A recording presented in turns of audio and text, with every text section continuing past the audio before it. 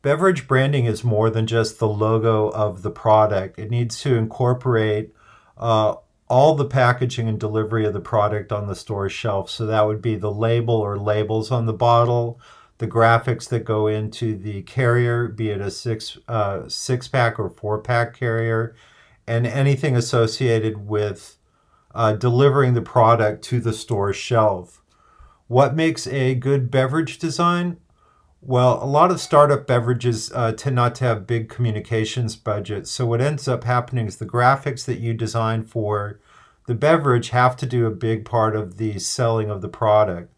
And if it's not compelling, especially for a new product, it's not going to move off the shelf. So, you need to be compelling. It also needs to be distinctive and stand out from the other competitors in the space that you're working with. What makes designing for the beverage industry different than designing for other consumer packaged goods? Well, you have to think that drinks are cultural products, especially if you're talking about alcoholic beverages. They're consumed in restaurants and bars in a social setting. And especially with new products or a redesign of an existing product, it's very easy for consumers to misunderstand or completely reject the look and feel of the product. So, understanding your demographic, who you're targeting, is very key to your design process. There's plenty of room for creativity and fresh ideas, but you need to make sure that however you design your brand, it belongs to the people you are attempting to sell it to. Where do you get design inspiration? Well, you can really find it anywhere. And I put up here these Coke bottles. You know, Coca-Cola's been around for over 100 years. They're always reinventing themselves, always revising or reinventing the packaging based on events or different times a year. Here you can see spring packaging for Coca-Cola. So understanding what is out there in the marketplace and also understanding who your consumer is going to be extremely important. Uh, Branding is hugely important for any drink that's on the shelf because you have to remember the carrier pack and the graphics that you put on here are also going to function as advertising. And so someone's in the grocery store, they're going down the aisle, especially for a new product, you need something that's going to really pop, that's going to be compelling, that looks like it's designed for your target audience. So making sure it's very distinctive and memorable is going to be key. When choosing different design elements like the package shape, the logo design, colors, fonts, understanding your market is going to be key. Is it a very expensive wine and you want to upsell it, or is it a drink that you want to target to a college age or younger demographic? Is it alcoholic? Is it not alcoholic? Is it water-based, juice? There's a lot of different things you need to take into consideration because the colors and fonts and other graphics you choose need to be appropriate for whatever product that you're trying to sell. The product itself also plays a key role in here, obviously. What are the branding trends that are associated with different drinks? The way you brand alcohol or energy drinks or cold coffee drinks, water-based drinks are all going to be vastly different. Who are you targeting this to? Is it younger, older families? Understanding all these elements is going to be key to coming up with a compelling design for your beverage. 5 golden rules for beverage branding. Number one here, the name. So if you are doing a redesign of an existing product, obviously you don't have to worry about that. But if you are coming up with a new product, make sure and test drive a bunch of different names to make sure that it's something that's appropriate, memorable, and is going to appeal to whoever your target demographic is. And I put up here vitamin water.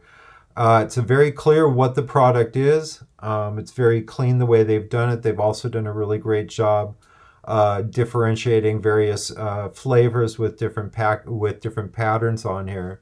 So if you think of products like Red Bull or Monster or Absolute Vodka, the name itself is a powerful marketing tool. And so making sure, especially if you're coming up with a new product, you really come up with a compelling name. It's going to be key on there.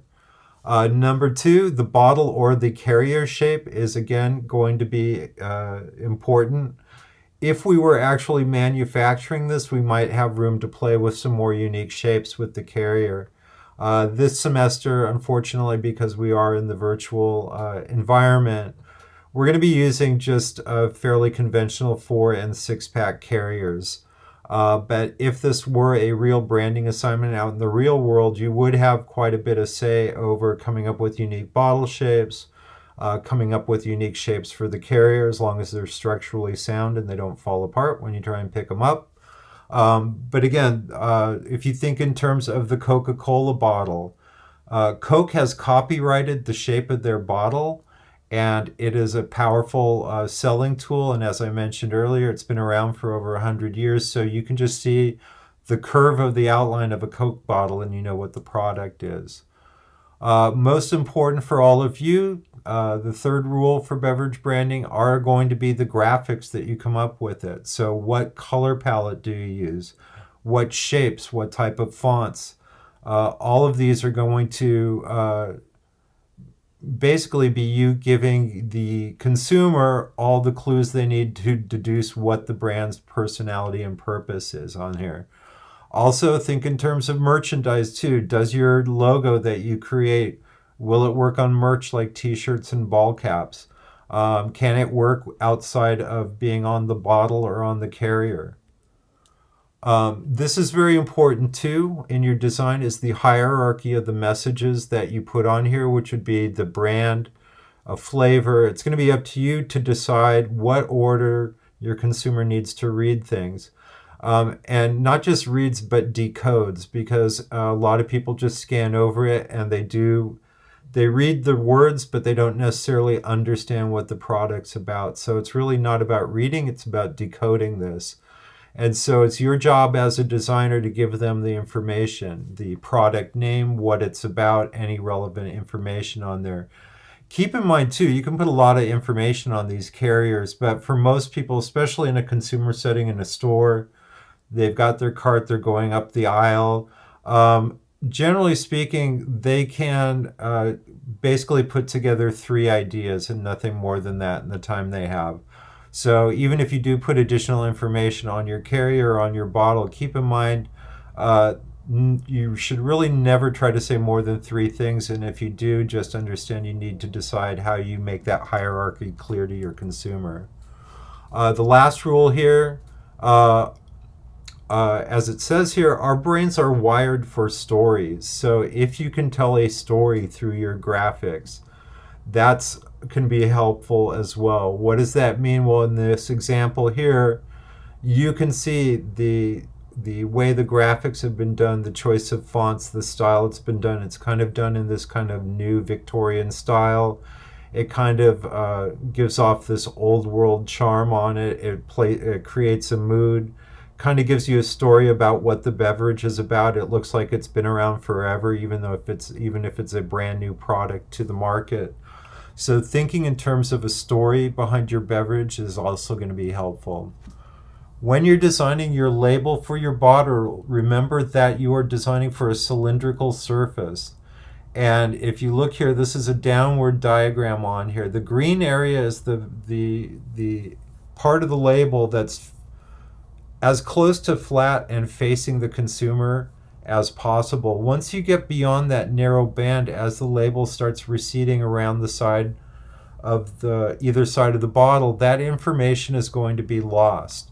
So think about that when you're designing your label. If you design a very long label or have a very long name and it starts on one side and ends on the other, you got to realize your consumer is only going to be able to make out the middle letters in here. So that's not to say you have to just do narrow labels, but just be aware that you need to deliver the key information to the consumer in that central part of the label. Different trends, and I've tried to put a lot of current work up here or recent work. Not all of these are bottles, but it kind of gets the idea across. So design trends for beverages, typographic solutions can be really great. This I thought was a really nice solution, or a really kind of striking solution. The other thing you want to do is look and see what your product is competing with on the shelf. So one of the things I like about this look is it's so different from everything else that's out there. If you saw this on a grocery store shelf next to the competitors, it would stand out. Here's another example of a typography kind of done in that uh, modern take on Victorian vintage style. Great example here, 4 types of craft beer off of our 4 favorite colors in design: cyan, magenta, yellow, and black. Here you can see how those graphics have carried over onto the label, and you can see how they've put all that information, the important information, down that center of the bottle. This is another example too of the neck label you can see on there too. That's an example of one of those secondary labels. And here's an example showing the secondary labels also with the bottle cap design on the top as well. More examples of typographic solves. Here you can see the secondary neck label as well. Clean and minimal. This is always a current design trend. You really can't go wrong, but pulling it off is a little harder than it looks. But if you do it right, like here, it can look very, very elegant. It can also look a little bit more upscale. Or here's an example where it's a little bit more humorous, but also done in a very minimal style. Painterly textures, either in background. Here you can see some examples of that. This is a recent trend that you're seeing in a lot of examples.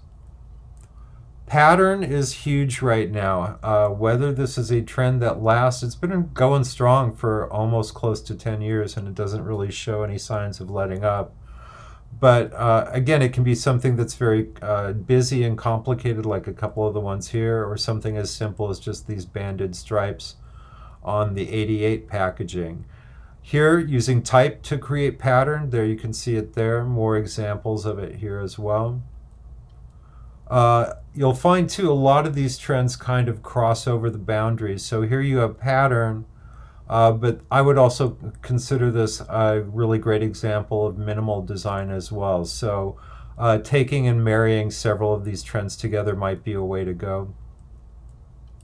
More examples of kind of minimal graphics on here, clean graphics. There you can see a close-up of some of the labels. Layering, this kind of ties into vintage design, which will come up again. You can see some examples of it here. It's kind of this, this has been a trend that's been going on for several years. It's based on basically printing mistakes when things get overprinted or print out of register and don't quite line up. And it's been adopted. I call this one of those hipster trends. But it's been going along for several years now. You'll see some examples of it. Here's a really nice cleaner version of it where you have the illustrations kind of overprinting the type. There you can see it transferred over onto the carriers as well. I thought it was and again, it's overprinting example, but it's also kind of an illustrative example. It's also kind of a very minimal, clean example as well. Die cut, especially for labels, this refers to, in the printing process, creating unique shapes that you can use for the labels. So it doesn't, not everything has to be rectangles or ovals or squares or circles. Here you can see these are wine bottles, I know, but some really clever ways of basically treating one long die cut label and having it wrap around the bottle. The Blue Hugs one I think is just really kind of clever and smart. More examples of that die cut you can see with the wine labels. You don't see this a lot with, you see it a lot in wine packaging. You don't see it quite as much in any other type of beverages. Labels as art, this is another way. It kind of ties into some of the more illustrative ways of doing the labels.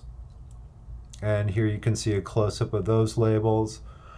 Shiny, especially, probably not for this assignment. If we were doing cans, although there have been several beverages that have been coming out in aluminum bottles. So I should say never. Kind of tying into some of the previous trends, illustrative using illustration. Can be more realistic looking illustrations or more cartoony looking illustrations. Here you've got kind of 3D rendered illustrations. And this is the, you can see they've carried the graphics onto the neck label and also onto the bottle cap. And then finally, vintage or retro looks are always big. Art Deco is a style that never seems to go out of style, but here's some examples. Again, another example of a modern design, but it's tied into making, kind of touching on that Victorian style. And you see this look a lot with, especially a lot of the craft beers. So vintage or retro styles, and it doesn't have to go back that far. There's some really great examples of mid-century modern or even postmodern styles from the 70s and 80s as well. But that's kind of an overview of how you should approach this branding assignment, and just kind of touching on some of the trends. By all means, you do, or by no means do you have to use one of these styles. You can come up with your own, but as far as inspiration, I thought these examples might be useful for you.